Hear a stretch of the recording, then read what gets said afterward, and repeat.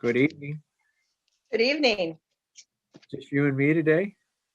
I guess.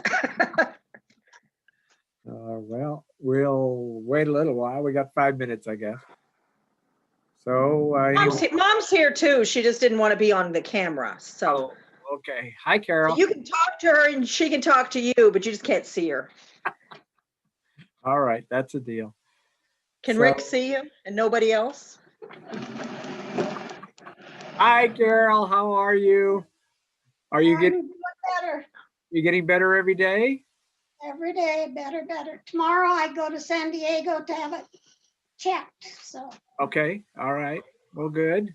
That should be good. We don't expect you to play the games that Jim did. So. no way. No, thank you. Let's hope not. Yeah, I even did that. We don't have enough people for that. Yeah, there's a lot of shuffling going on, isn't there? Well, it's good to hear that he's all closed up, and we just pray the antibiotics do their job. Yep. He was up sitting in a chair today and looking good. So I think Cheryl said they might move him to a regular room as soon as they get one available. So okay, that's a good thing. Do they still keep people out though if he goes to a regular room? Once he goes to a regular room, they keep him out. But yeah. So my sister has her ways. She cheats. Well, that's good. Good for her. Hello, Kensel. Hi. Hi.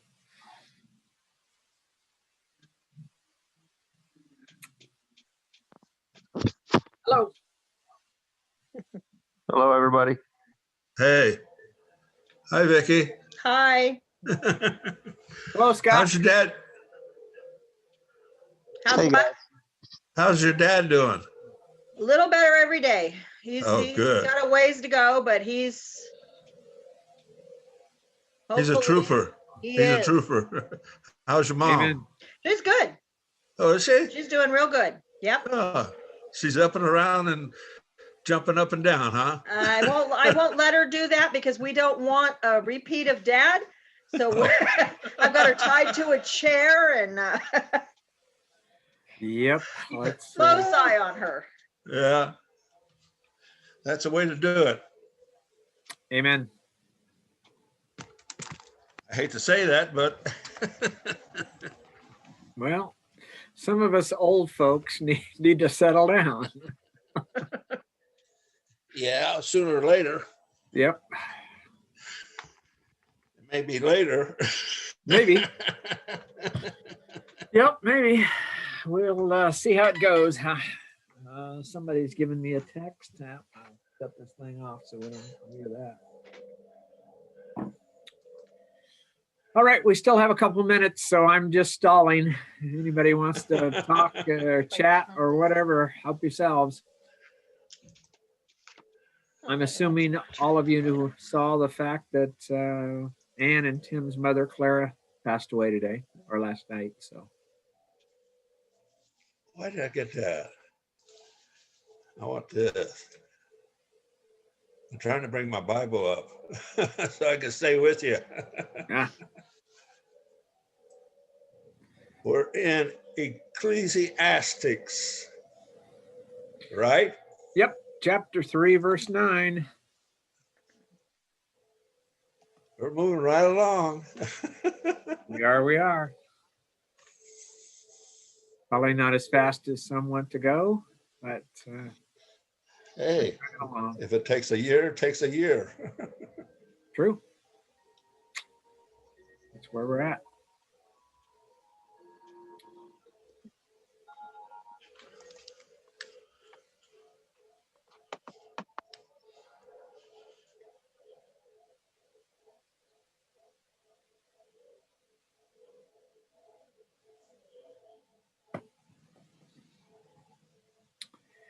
All right. Well, we're at 6 o'clock, so I'm going to go ahead and get this screen shared and see if we can't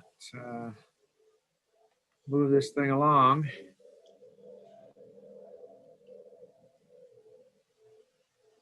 I get that out of the way. I can get to slideshow. And there's no going to be any mishaps like Sunday. Maybe not. We never know. That's the excitement of life. Yeah, it is. Keeps All us right. on our toes. Yep, it does. So in the first 8 verses of chapter 3, Solomon describes the seasons or the times of this world that we all live in. He does that in a way that makes it clear there are good times and there are evil or bad times. We shall all participate in them. He makes it clear that that's what this life is now. No one's exempt from the bad times, and no matter how evil you are, God still provides the good times to you as well. Now, you can certainly influence those times by the way you live, the way you act, and how you conduct yourself in life. But nevertheless, these times are all there, even for the most righteous. He goes on and says, and again, he pronounces them as a vanity under the sun. What does that mean? That means that he is trying his best to teach, to announce, to tell, to pronounce, to preach to the assembly, to those that would listen to him and to us through his letters, of how important it is to understand that this life under the sun, if this is all we have, is just emptiness. It's such a vanity. It's such a vapor that here for a little while vanishes away. So as we live our lives here, we will be caught up in all of these seasons at one time or another. They will not seem fair sometimes because of the bad or evilness of some of them. They will be hard at times to deal with. They will be emotional, and they will unfortunately sometimes overwhelm us. But that's the importance of understanding that this life is that vanity he's talking about. This life is that emptiness. And it is this life telling us not to value it more or greater than we should. For if we put our eggs in the basket of this life, we will be sorely disappointed. They are a part of the world mankind has chosen by participating in the partaking of the knowledge of both good and evil in this world. We've talked many times about the fact that this all started with Adam and Eve in the garden, the first temptation, and the sin. This is part of the curse that was given to man and woman, yes, and even Satan, but to the world. For the world choosing the tree of knowledge of good and evil now lives in the knowledge of good and evil. To know good, but to also know evil. And to know that there will be a time and a season in our lives where these things will enter, that they will be a part of us, that we will have to live with them. So let's pick up in our text. This is the chart Hey, Rick. Yes, sir. Yeah, I'm just thinking that that's why God gave us a conscience to know from good and evil. Of course, sure. Being made in his image, we of course have a spirit within us that has a conscience, that has an understanding of what's right and what's wrong. And the Romans chapter 1, Paul said it's in each one of us to know these things because God put it in us to know God, to know right and wrong, to know when we're doing wrong, and to understand shame and guilt. Shame and guilt didn't enter the world until Adam and Eve sinned. And at that point, they felt shame. And at that point, the guilt set in. They even tried to hide themselves from God. So the concept of the understanding of that's who we are today, and that's how we should look at our life today in the flesh is sorely important to us.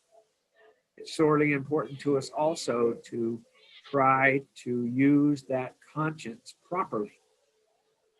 We have in front of us again the chart with the first 8 verses. And quickly, for everything, there's a season, a time for every activity. There's good and a blessing from God. There's evil and the curse from God. Time to be born, a time to die, a time to plant, a time to harvest. There's life and death. A time to kill, a time to heal, a time to tear down, a time to build up. There is strength and there is weakness. A time to cry, a time to laugh, a time to grieve, a time to dance. There is joy and there's sadness. A time to scatter stones, a time to gather stones, a time to embrace and a time to turn away. There's a time to hold and there's a time to reject. A time to search, a time to quit searching, a time to keep and a time to throw away, a time in which we find things in our lives and a time we give them up. We lose things in our lives. A time to hear and a time to mend, a time to be quiet and a time to speak. There's a time to repair and there's a time to ignore repairing. There's a time to keep silent. A time to love, a time to hate, a time to war, and time of peace. These things show the preciousness of love and peace and the commonness of the flesh of war and hate. The preciousness of spirit recognizes this. The commonness of the flesh, unfortunately, gives life to war and hate. All of this is under the sun. We're living with the times and the seasons and the events that we've been talking about of this life cycle. So as Solomon picks up after his poem, remember, this is a Hebrew poetry or poem. After he picks up after that, he wants to again examine what the work is like in a man's life, in a woman's life, in the toils of this life. And he wants to do that, I believe, again, to show the vanity of putting all of our efforts into the things of the flesh, but not building up with it the house of God within us, a house with God within us. So he starts out in verse 9 and he says, what profit is there to the worker? What profit is there to the worker? Solomon has been the biggest profitable worker that exists on the face of the earth to some degree. He built mansions. He built a temple that was beyond belief. He had such wisdom in all of his efforts and all of his work, though, from that which he toils. What would happen to it? It will be destroyed. Yes, he will lose it. At the time of his death, it will be no more. It will go to somebody else.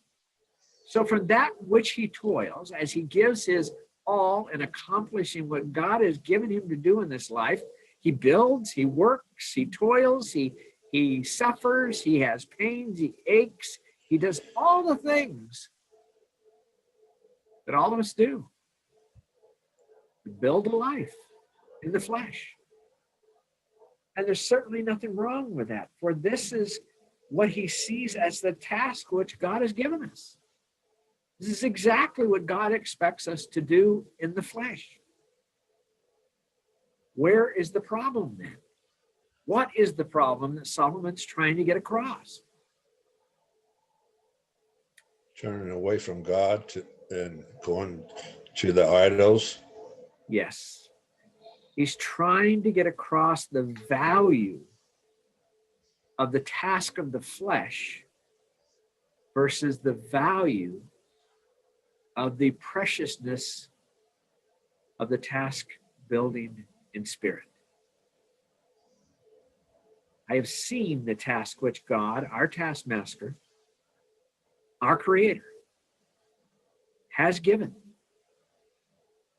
Somebody's playing games on my screen. I have no idea who it is. Probably somebody out there in the world of hacking, but ignore those little red lines. I don't know where they came from. I've seen the I see them. task which God, our taskmaster, our I creator. think it was me, Rick. Sorry about that. I'm Oh, trying that's to all right. I'm trying to cast my screen onto my TV, but I'm trying everything, and I might actually did that. Sorry about that. That's all right. I can see through it. It's not a problem. I thought we may have had another visitor.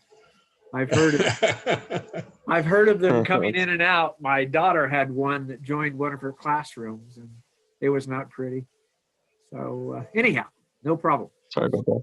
So this task which God has given us to do these things in this world, to keep us busy, to keep us living, to give us purpose, to show us accomplishments, to actually be proud of what we do, to be proud of the things that we accomplish.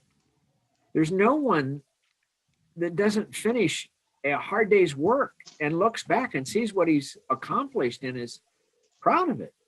He's satisfied with it. That's from God. That's given to us from God. And it's in the flesh, of course. And Solomon wants us to understand that that's a vanity in the end.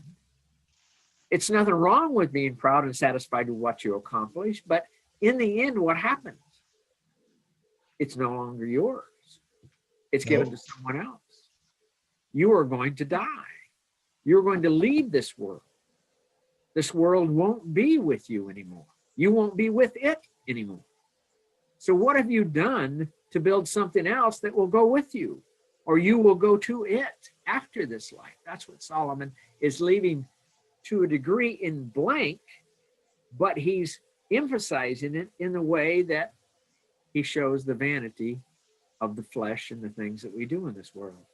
So in this world now of good and evil, our world of which is our choosing, let's face it, all of us have taken of the tree of the knowledge of good and evil, because all of us have sinned and fall short of the glory of God. So therefore, this is of our choosing, in which curses and blessings now exist.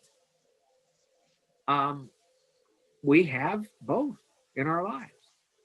Our accomplishments of what we have and will do for our own legacy under the sun in the end will also just be a vanity of the sons of men. This phrase, the sons of men, is a fascinating phrase. Who is he talking about? What is he talking about? Is he talking about just all men that live on the face of the earth? Or in scripture, does the sons of men identify a certain type of man and woman? I think he's talking about because the Son of Man, he's not talking about Jesus. He's talking about man himself and how cruel, how he went away from God. Because if he was called, they would be called the sons of God. But here he's talking about the man, the physical man himself, who does the evil parts. Okay, so he is talking about man, you're absolutely right, but he's talking about a class of men. He's talking about a group of men. He indirectly or in a way is talking about all men, because all have sinned and fall short of the glory of God. But that doesn't mean he's identifying every man under this category of the sons of men. Now, we're going to study that tonight. I want us to see that. I want us to understand that. And I want us to understand it because it's the core of the teaching of this book. It's the core of the teaching of this book that if you remain as a son of men, as sons of men, you have not moved yourself up from the flesh to the world to come. And this goes all the way back to Adam and Eve and Seth and Cain, Cain, Abel, and Seth. Let's go on with this page and we'll move on and we'll talk more about this. The sons of men who have given themselves over to the world, that is a vapor, that is a vanity, here for a little while and then vanishes away, having accomplished nothing that will outlive this life or their life. This is in opposition or connection to the sons of God, which is an interesting study in the book of Genesis. A distinction is made between those who would choose God and his blessings versus those who would choose the lusts of the vanity of the flesh.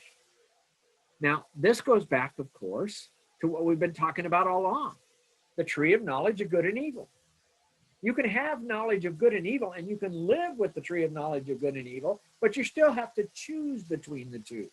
In other words, there will be times when all of us have fallen short in sin and chosen evil, but that's not our normal choice. That's not our dedication. We have dedicated ourselves to the good part of that tree. There are men on the other side that will do good sometimes, but that's not their norm. That's not what they do normally. They have dedicated themselves to the evil, to the knowledge of the evil of that tree. And that's how they live their lives.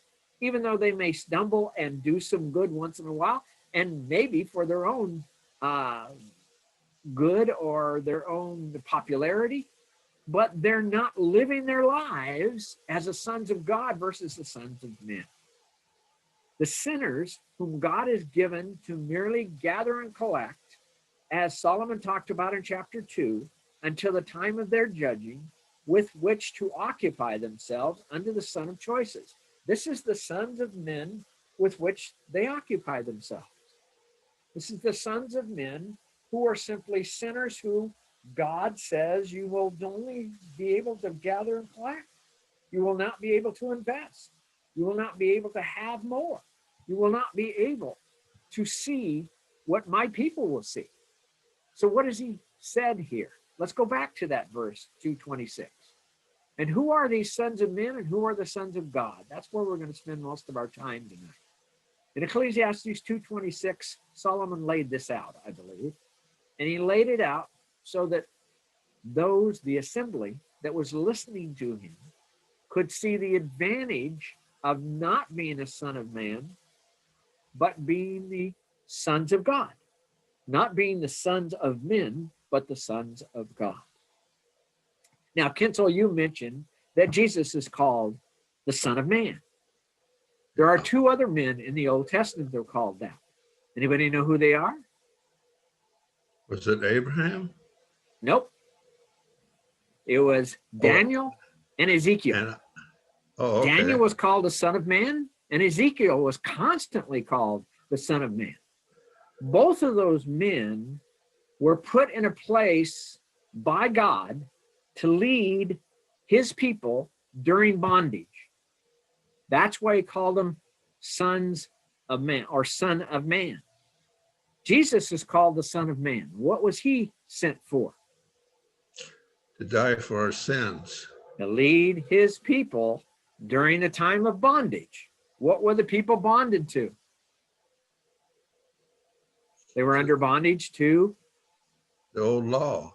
sin. Yeah, law, which made them, which pointed out their sin. All right. So back to this start in Ecclesiastes 2:26 that I think he wants us to allude to. Who are the sons of men? Who are the sons of God? For to a person who is good, in his sight, he has given wisdom, knowledge, and joy. Who is the person who is good in God's sight? These are the sons of God. Yeah, these are the sons of God. That's right. On the other side of that coin, though, Solomon wants us to see the Son of Man, or the Son of Men. I keep saying man. Son of Man was actually a prophet of God, which Jesus was, Ezekiel was, and Daniel was. The Son of Men are actually the opposite of the sons of God. All right. So while to the sinner, the sons of men, he has given the task of gathering and collecting. These are the sons of men. What does it mean, the task of gathering and collecting? We talked about that, but what do you remember about that? What does that actually mean?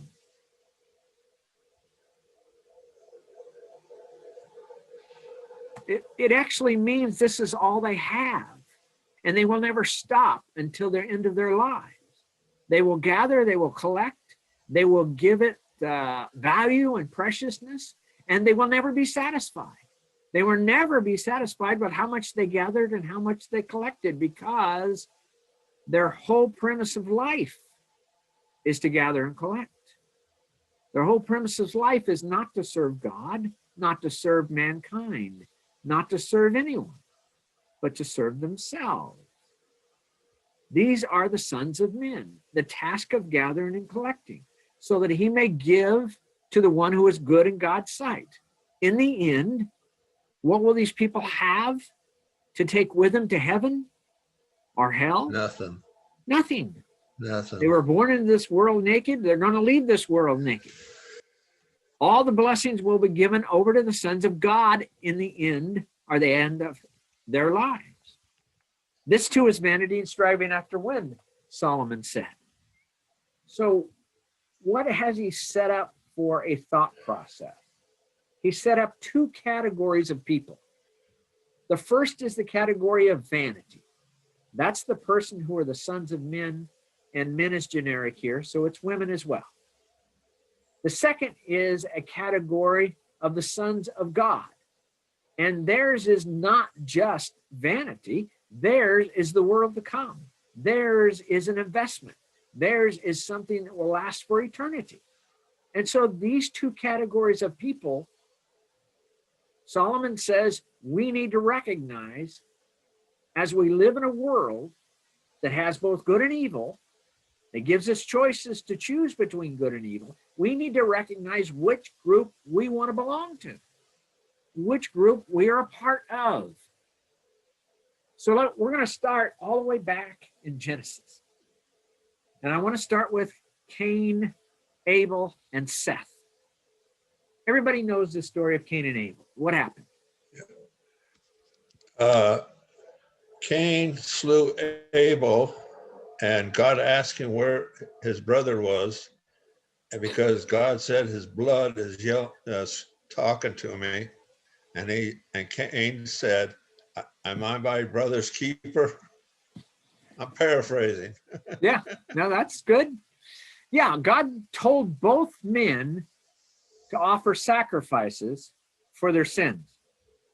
So which one of these two would you call a son of man, or a son of men and a son of God?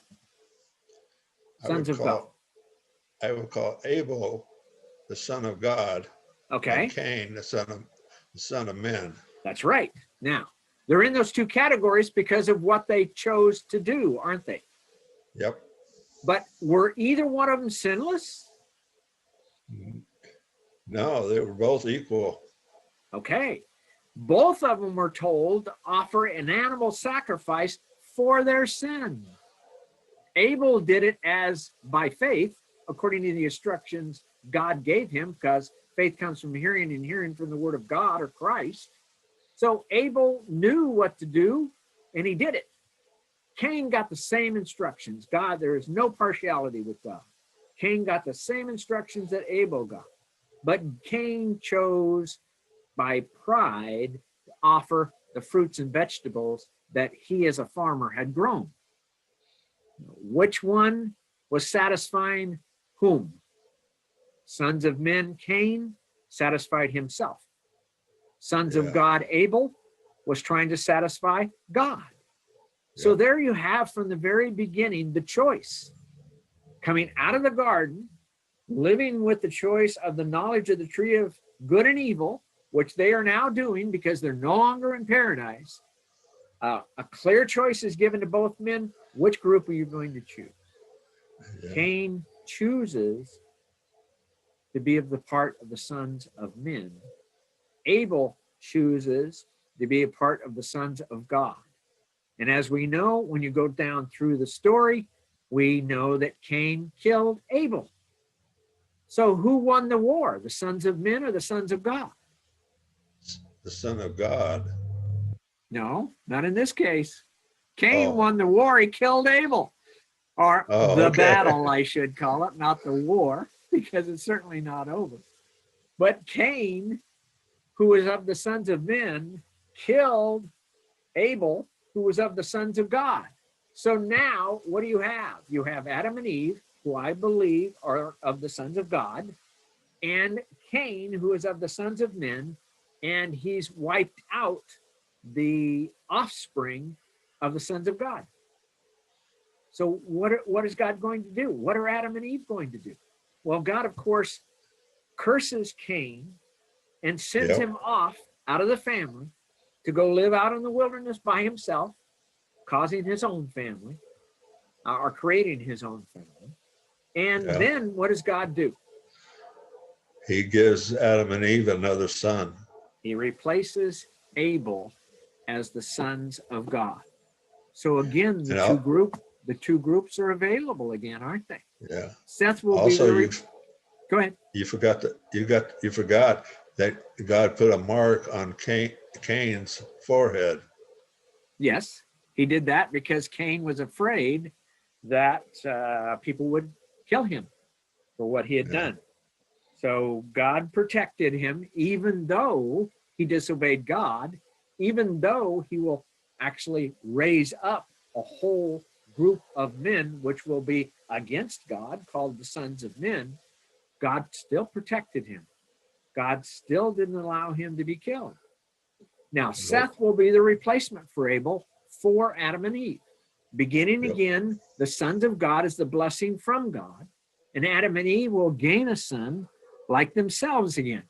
Let's read this in chapter 5. It says, in the book of generations of Adam, who were the three sons?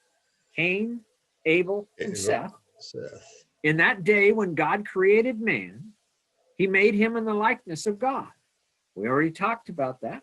Kinsel brought it up, the fact that we have a conscience, we have a spirit, we're in the image of God. We're in the likeness of God. He created them male and female. He blessed them. He named them man. That literally means lords. What were they lord of? Of every creature on earth. Of all the animals, of the earth Yeah. itself, but of their own minds, their own hearts. They were lord of their own choices. And so they have a choice to make. Just like Seth will choose to follow after God now, representing the sons of God, Cain still was banished and out there representing the sons of men because he would refuse to follow after the will of God. So he named them man or lords in the day when they were created. When Adam had lived 130 years, he became the father of a son in his own likeness. According to his image, he named him Seth. So Seth is now born to take the place of Abel, to represent the sons of God, the second group or the other group that is against the sons of men versus the sons of men. Then the days of Adam, after he became the father of Seth, were 800 years, and he had other sons and daughters. So there were many others that were born to them. And so all the days that Adam lived were 930 years, and he died. Is that a long time? Yeah. To us, that's what? 10, 11, 12 generations. That's fascinating to us to think of a man that lived 930 years. Seth lived 105 years. He became the father of Enosh. Then Seth lived 807 years after he became the father of Enosh, and he had other sons and daughters. So all the days of Seth were 912 years, and he died. Again, fascinating amount of years, how long they lived. But what did Seth replenish on the face of the earth that was lost when Cain killed Abel? Sons of God. The sons of God. That's exactly right. So Cain as the sons of men and Seth as the sons of God will continue on in this world, and choices of mankind from this point on will be made that will show whether you are a son of man or a son of God. We go on in 522, the ultimate son of God from his time was Enoch, who was of the fifth generation from Seth. Enoch lived 65 years and became the father of Methuselah. Most of you know Methuselah. Methuselah lived 969 years, the longest life listed in the Bible. Then Enoch walked with God 300 years after he became the father of Methuselah. Now, let me stop here and ask you a question. Was Enoch sinless?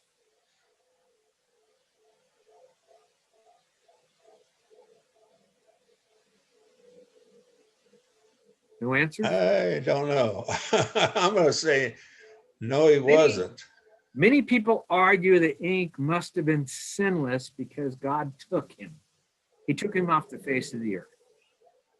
I don't know the answer to that for sure. But I do know if you do a study on the concept of walking with God, many men, including Adam, had done that, who were not sinless, meaning they had what? They had opportunity, like like Cain and Abel. They had opportunity to offer sacrifices for their sins. And so by offering the blood sacrifice of the animals for their sins, they too were able to walk with God as what group? Sons of men or sons of God? Sons of God. Sons of God. So as Solomon was identifying people and the vanity of people's lives who remained as sons of men, he's showing the world or showing his community or showing his assembly and showing us that that's the group that has nothing but vanity, nothing but emptiness, nothing to show for their life on the earth at the end of their lives.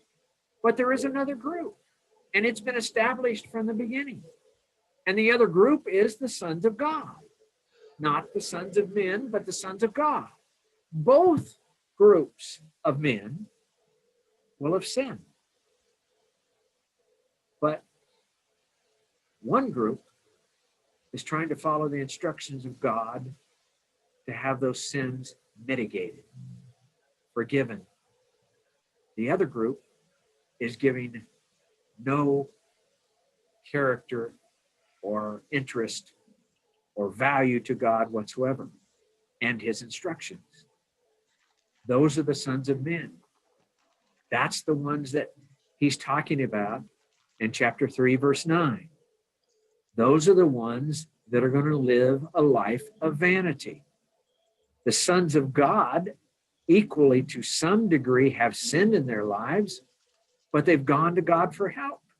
They've asked and followed the instructions that God has given them for their help. But Enoch walked with God, following the instructions of God. 300 years, he became the father of Methuselah. He had other sons and daughters. So all the days of Enoch were 365 years. How long is that compared to the other ones who were living 800 and 900 years? That's less than half. So why did he die so young? He didn't die. He didn't die young because Enoch walked with God. He was so pleasing to God in however he lived that he was not, and God took him. Literally, he was not and God took him means that he didn't exist on the face of the earth anymore. Now, you can go through numerous commentaries and have a tremendous argument on the fact whether God took the body of Enoch with him or didn't take the body of Enoch with him, simply left it behind and took his spirit with him. I don't know the answer to that. In my opinion, in my mind, Enoch walked with God and he was not, for God took him, seems to, just like Elijah, who went up in the whirlwind to heaven, right off the face of the earth. It seems like God took him right off the face of the earth, whole, body and spirit. But I don't know that for a fact. I don't know that we can know that for a fact. In Hebrews chapter 11, verse 5, it says, by faith, Enoch was taken so he would not see death. What does that say? Well, that says he was taken alive. Now, does it mean that his body wasn't left behind? Or does it mean that he didn't die in order to go to heaven, but God simply took the spirit out of his body? I don't know the answer to that.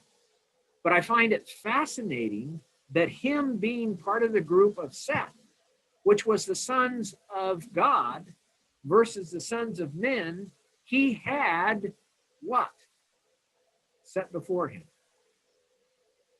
He had a precious, valued home, eternal home set before him.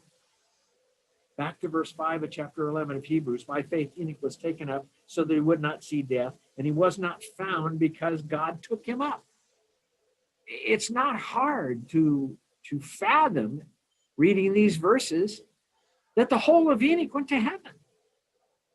Whether it's to Abraham's bosom, as described by Jesus in Luke chapter 16, or whether it's to heaven itself, I don't know. But God took him off the face of the earth, and it seems like he took the whole of him. For he obtained a witness that he was being taken up. He was pleasing to God. What group was Enoch of? The sons of God. He was of the sons of God. What group pleases God? And sons of God. Yes. To also the answer your, I guess it's a question. We'll never know till we get to heaven to find out if his body's up there. Yes. And there's arguments that can be made that Jesus was the first resurrected, never to die again. So therefore, his body couldn't be in heaven or couldn't have been taken to heaven at that time yet, because he will be resurrected with all the bodies later. I don't know. What I do know is he was pleasing to God. He was a member of the sons of God. He was of the lineage of Seth, who had placed himself within the sons of God, and his life wasn't a vanity. His life was pleasing to God, and God took him. The vanity, the life of vanity, is the one that lives his life as the sons of men, that lives his life as that one, those ones that do not follow the instructions of God. Going on, Seth's descendants will now be the sons of God. In this world where the sons of men will multiply through Cain as well. So we have the two distinct groups laid out from the very beginning. Even though Cain killed Abel, God started up through Seth, like Adam and Eve, another son, to be the sons of God.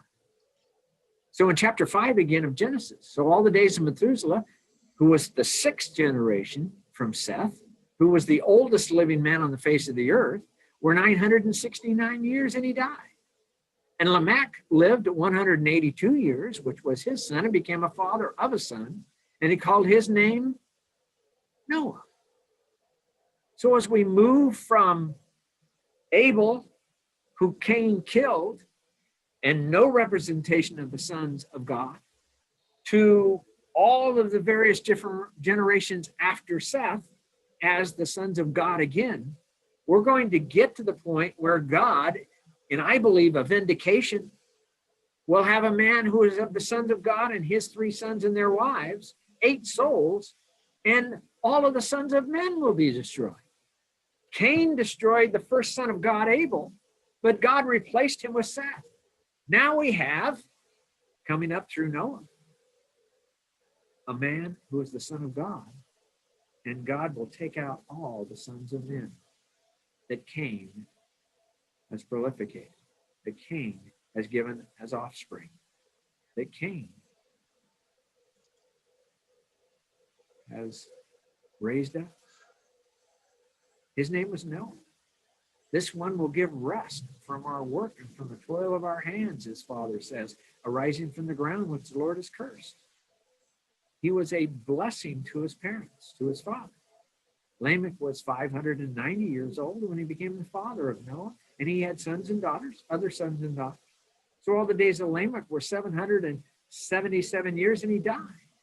Noah was 500 years old, and Noah became the father of Shem, Ham, and Japheth, the offspring of those that will continue as the sons of men, the sons of God, and end up destroying, through God's providence, the sons of men. What is Solomon reminding us of? What a life of vanity a man or woman had in this world. Where'd you go, Rick?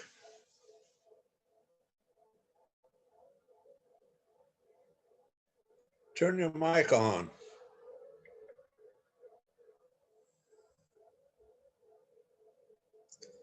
Your mic's not on, Rick.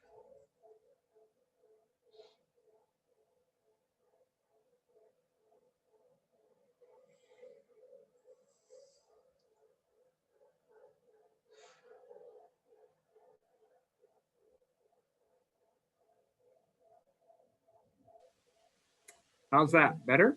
Yeah. Where'd you go? I have no idea. Something happened.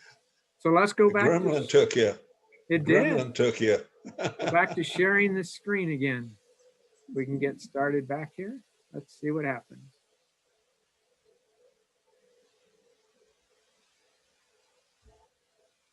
All right, let's. Can you see it yet? Nope. All right. Well, we're working on it.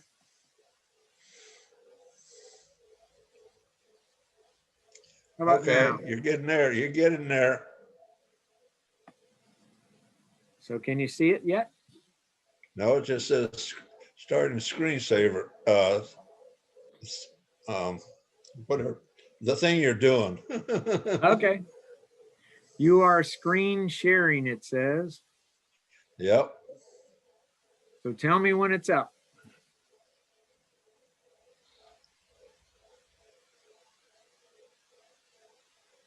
You got to get a hold of those gremlins and get them out of there. That'll never happen, I guarantee you. Remember, we're in a world of the knowledge of good and evil. Yeah.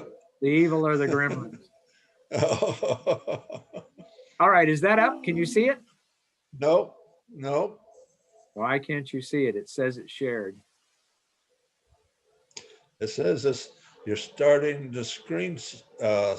Say whatever that is. That word. Sharing? Okay. Yeah. I'll get it out. Let's try this one. Or your computer's trying to tell you something. Oh, it's telling me something. All right. There we go. You got it? Now, yeah, make it smaller Uh-oh, is it too if you big? can. Yeah. I don't know why it's too big. It's the right size here. Oh, Looks fine for me too. It might just need to take a minute to resize. Sometimes it does it automatically. Okay. okay. I got to get back to the one I was at first before we go on. Apologize again. You're Okay. on the Genesis 5:27. I'm now on Genesis 6:1. Can you see it or not? Nope. Nope.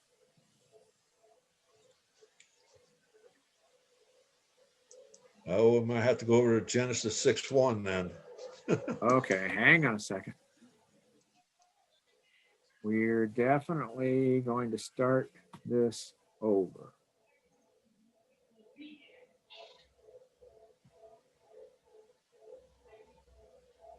Why am I don't know.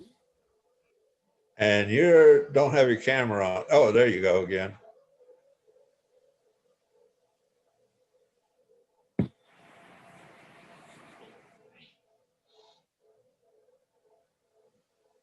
What'd you do? I have no idea what I did. I have no idea why I lost the whole thing. You might have to get your helper to help you. No, we'll get there. I just don't know why we It's have still- more than, Okay, there's your picture back. yes.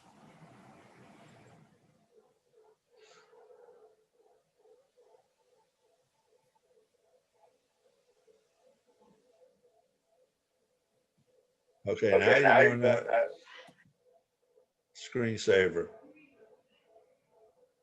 Or starting the screen sharing. All right. Tell me when you see Genesis 6:1, from the sons of God to the sons of men. No, that's Genesis 5:27. You got the Okay, sixth so generation from we're on Seth. we're on the wrong sharing then. So I'm going to go back and try this again. And I have no idea why it stopped sharing. Is that 527 or is that 527? Try that one.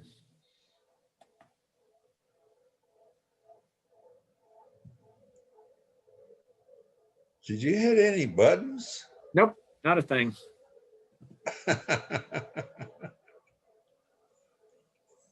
Your picture's up.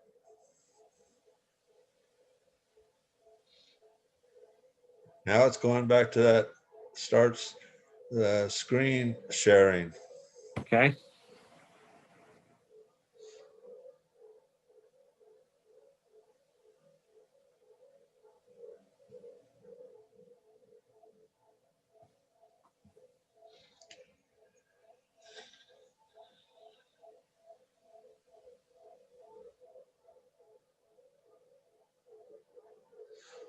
No, wrong one. What's up? Genesis 5:27. Okay. But it won't move. Earlier, when you had the other screen where it showed all of the slides, the over on the left, Yeah. it was at 527. I don't know if you need to, if you can get back to that and slide. That's the one I just, that's the Oh, you one I did? just put up, but it won't let me move it. Oh, okay. I just saw that earlier and I wondered. Yeah, unfortunately, that one's frozen. So this one is what we're on right now. I'm going to try to share that one.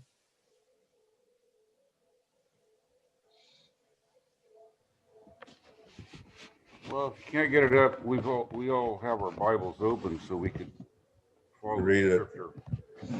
Yeah. Like Tim says, we can read it from the Bible. Yep, we may have to. Can't get it to work. It's all froze up. All right. So after 527, turn your Bibles to Genesis 6:1. You got to come back to get your picture up. Nope. Look at Genesis 6:1. Yeah, but I'm saying your camera's, oh, there you go.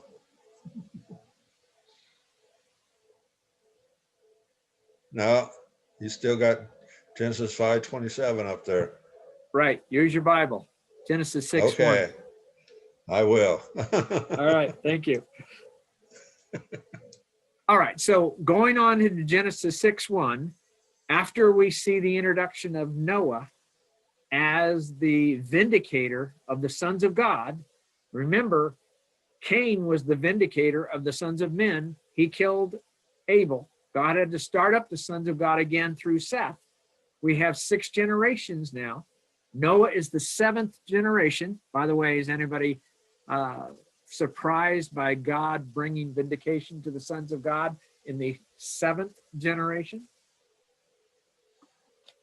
No, but you I'm got not, your, because the number 7 is the complete number for God. So in the 7th generation now, in Genesis 6:1, God begins to take his vindication upon the sons of men because they have become so bad that they have influenced the entire world. How did they do that? Let's read it, Genesis 6:1. And it came about when man began to multiply on the face of the land, and daughters were born to them, that the sons of God, those were the descendants of Seth for good, saw that the daughters of men, those were the descendants of Cain for evil, were beautiful. So how did evil manage to corrupt good? because the daughters of men corrupted them, bringing their gods in. And your Because of- slide for 6-1 is up. Okay, good. So in the lust of the flesh, the choices that were made was to intermarry with the daughters of men. And the daughters of men who were of Cain influenced the daughters, or the sons, excuse me, of God. Did they influence them for good or evil?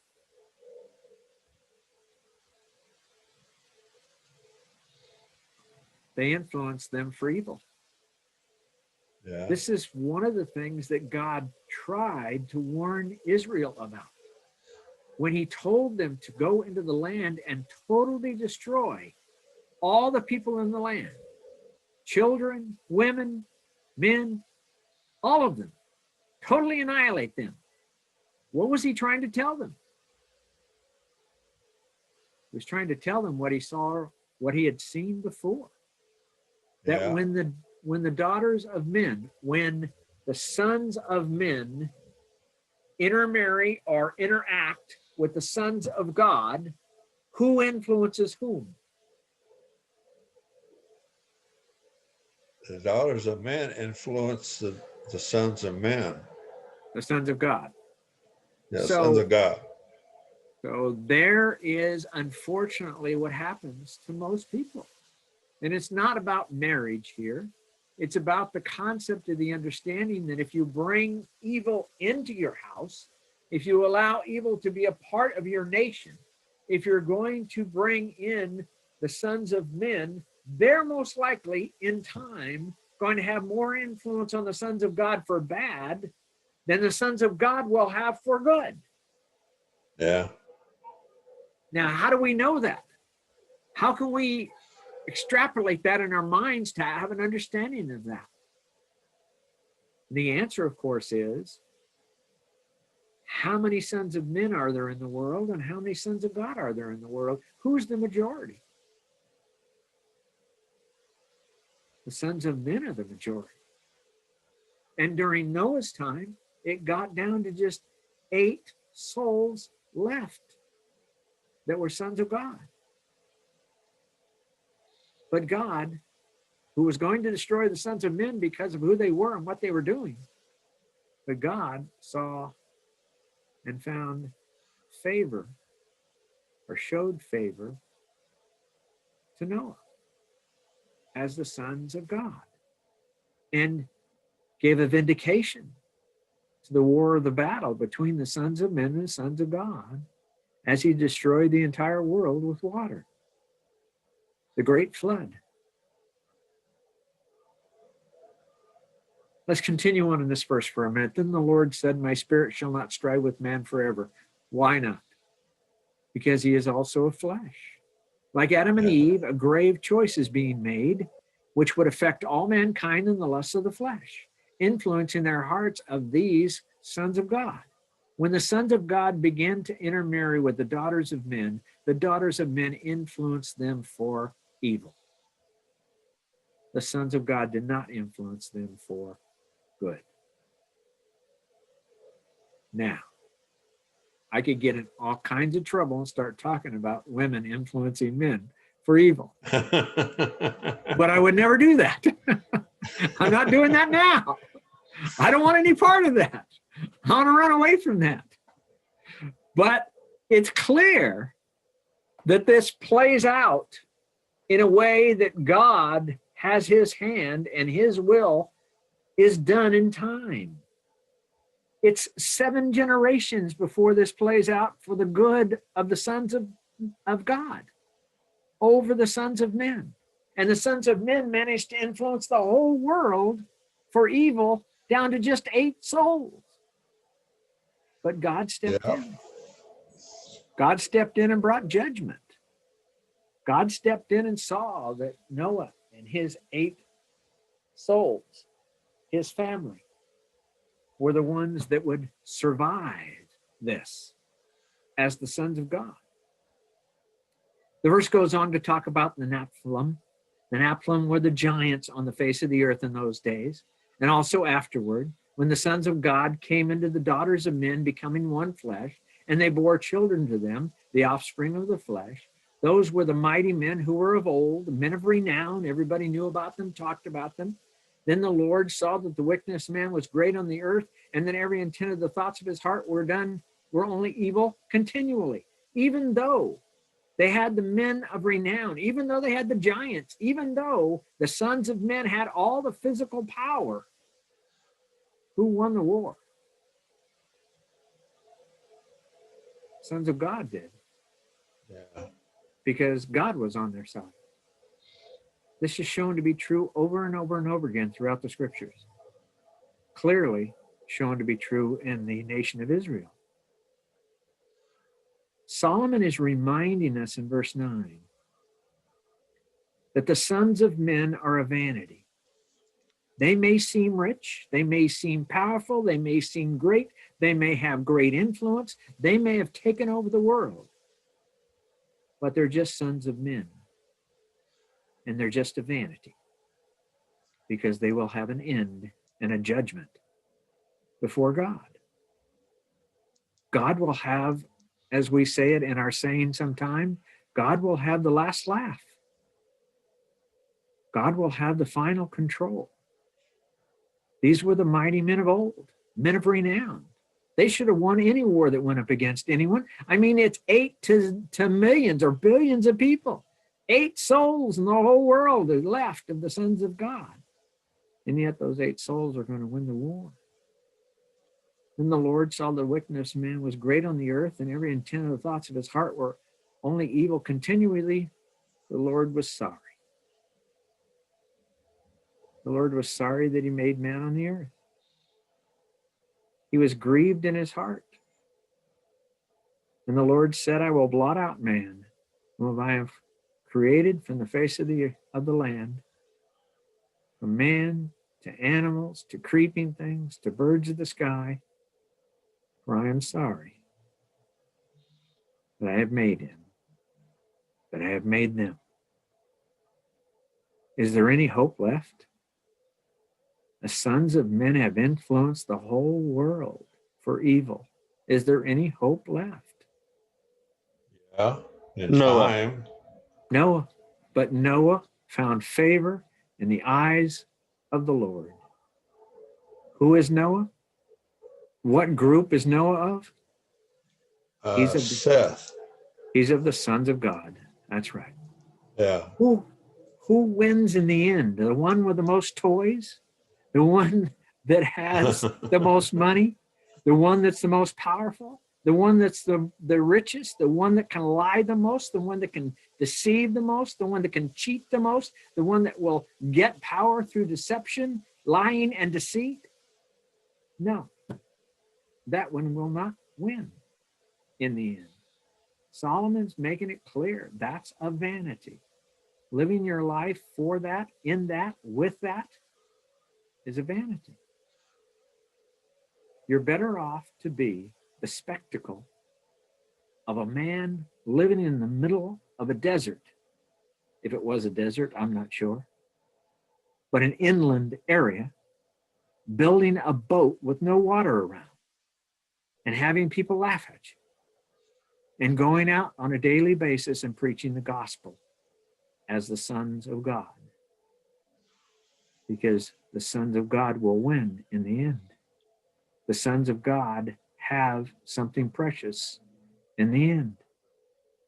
The sons of God have a future. Sons of God have God.